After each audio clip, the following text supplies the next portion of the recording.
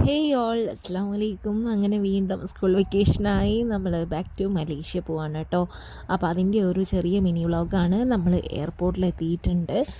മക്കളാണ് കേട്ടോ എന്നേക്കാളും കൂടുതൽ എക്സൈറ്റഡ് ആയിട്ടിരിക്കുന്നത്. അവർ സ്കൂൾ ഒന്ന് ക്ലോസ് ചെയ്ത് കിട്ടാൻ വേണ്ടിയിട്ട് വെയിറ്റ് ചെയ്തിരിക്കുകയായിരുന്നു. അങ്ങനെ ആ ലഗേജൊക്കെ ക്ലിയറായി ബോർഡിംഗ് പാസ് കിട്ടിയിട്ടുണ്ട്. നമ്മുടെ സീറ്റ് 7 ആയിരുന്നു കേട്ടോ. അതുകൊണ്ട് തന്നെ ലാസ്റ്റാണ് നമ്മളെ വിളിച്ചത് പോകാൻ വേണ്ടിയിട്ട്. അങ്ങനെ നമ്മൾ പോയിക്കൊണ്ടിരിക്കുകയാണ്. അപ്പോൾ മോനത് ഓടുന്നുണ്ട് കേട്ടോ. അപ്പോൾ അവന് ഫ്ലൈറ്റിൽ കയറാൻ വേണ്ടിയിട്ട് ഭയങ്കര എക്സൈറ്റഡ് ആയിട്ടാണ് ഇരിക്കുന്നത്. ഞങ്ങൾ നോമ്പ് 25-ൻ്റെ അന്നാണ് കേട്ടോ പോയത്. പക്ഷേ നോമ്പൊക്കെ തുറന്ന് റാഹത്തായി പോയതുകൊണ്ട് തന്നെ നോമ്പാന്ന് വിചാരിച്ചിട്ടുള്ള പ്രശ്നങ്ങളൊന്നും ഉണ്ടായില്ല. അങ്ങനെ ആ സീറ്റിലെത്തി.